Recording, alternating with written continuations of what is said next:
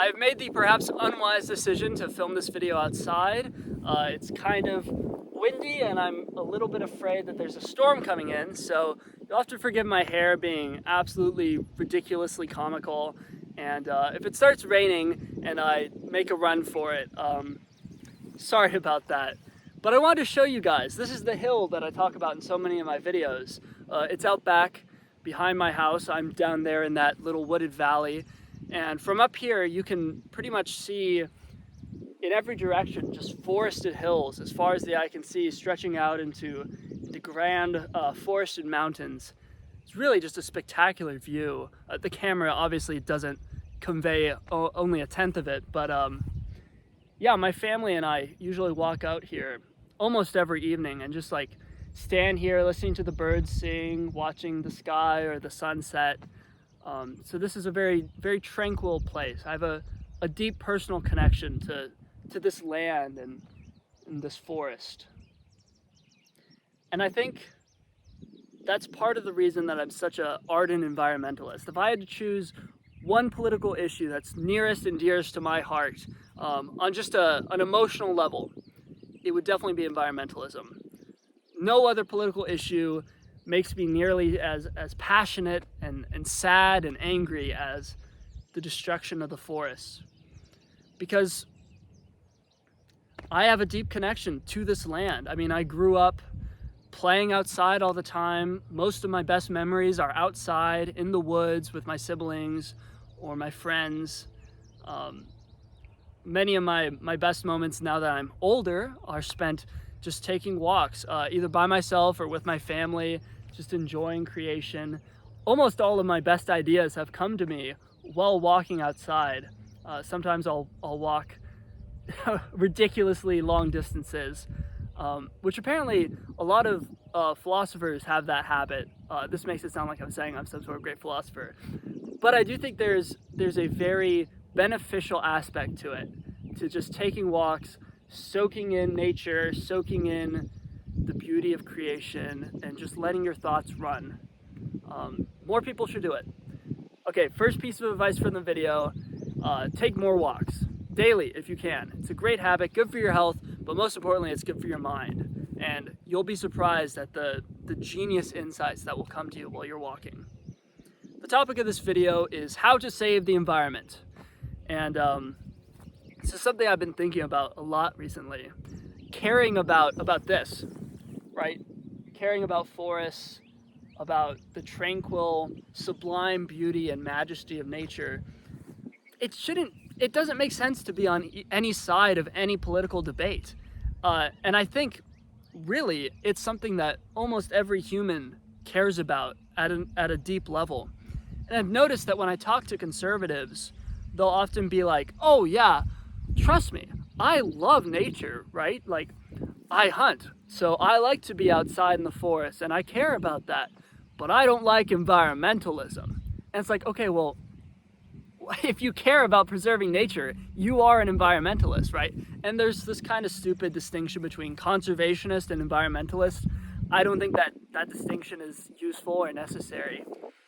But my point is, even, hardcore conservatives, they very much do actually care about the environment. And you would think we would be more easily able to convince them to support environmentalist policies like stopping deforestation and stopping wasteful plastic and stopping fossil fuels. And so the question is, what exactly is going wrong? Why is it so hard to communicate environmentalism to these people who care about the environment? I think the problem is the global warming conversation. I believe in global warming, okay? I think it's happening. I think it's real. I don't think there's any very solid reasons to discount the consensus of the people who are, credentialed and knowledgeable about this. But it doesn't matter. It does not matter, okay? Because it alienates people who might, in their heart of hearts, really care about conservation and be perfectly amenable to saying, oh yeah, sure, let's ban plastic bottles, or yeah, sure, let's ban plastic bags and plastic straws. They might be willing to agree with that, But they've been conditioned to think that that stuff is part of this whole global warming thing. And they don't believe in global warming, therefore they don't believe in all this other stuff, aka literally just environmentalism. Because the truth is, it doesn't matter whether global warming is happening. Banning plastic straws and plastic bags and moving away from fossil fuels to nuclear power and doing public transportation within cities instead of cars.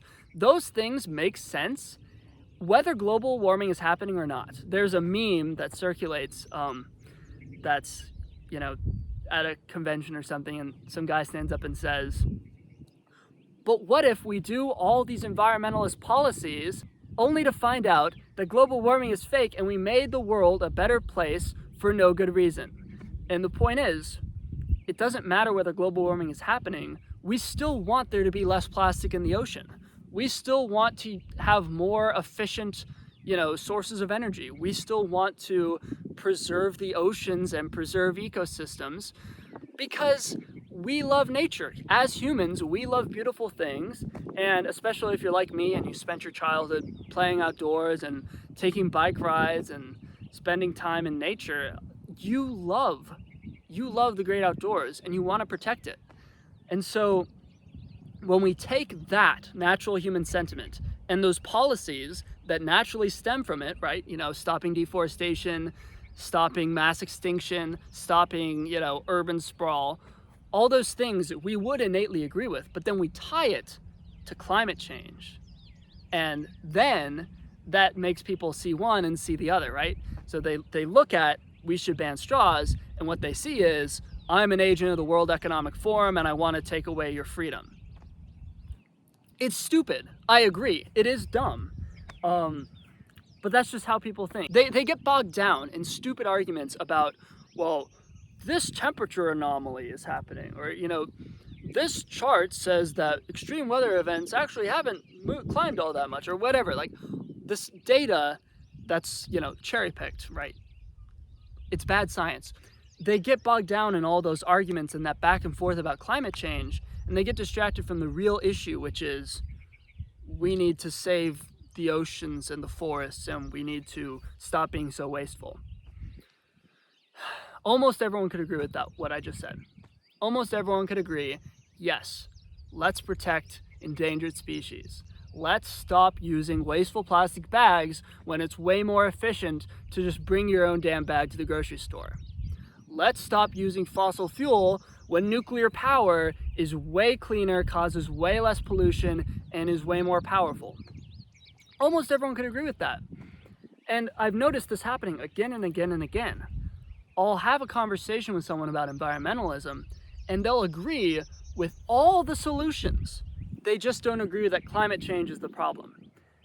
So, okay, who cares? Let's not talk about that then. As long as you're on board with my policies, let's go. We can work together. So, I've made the mistake of indulging in the climate change debate from time to time, and it is just an utter, absolute waste of time. So if I see you people arguing in the comments about climate change, I'm gonna, do something terrible. I'll come after you. The fact of the matter is that environmentalist policies are common sense. Almost anyone could agree that, nature is good and we should protect it, especially if they're Christians, right? Because then they believe that God created all this.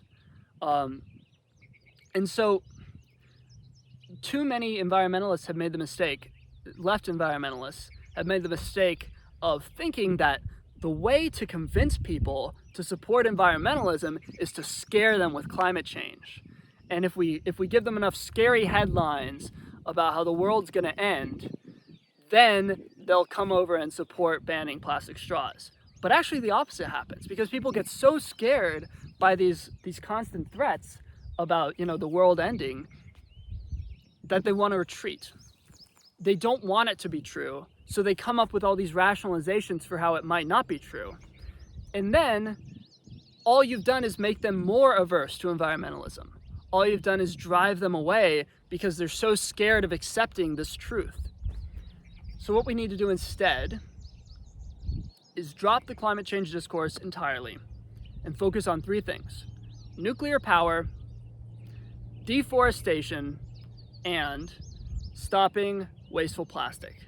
If we can get those 3 things ingrained in the cultural consciousness, if we can move the Overton window so that not accepting those things is just seen as stupid and ridiculous, we've won. Can you imagine if we could get conservatives on board with switching away from fossil fuels, banning plastic straws, banning plastic bags, and, putting some sort of limit? I would prefer to say no more deforestation at all, but at least curbing it significantly. It's just ridiculous that we can't get this done, that we can't build some sort of coalition for this thing, this beautiful thing that everybody innately values.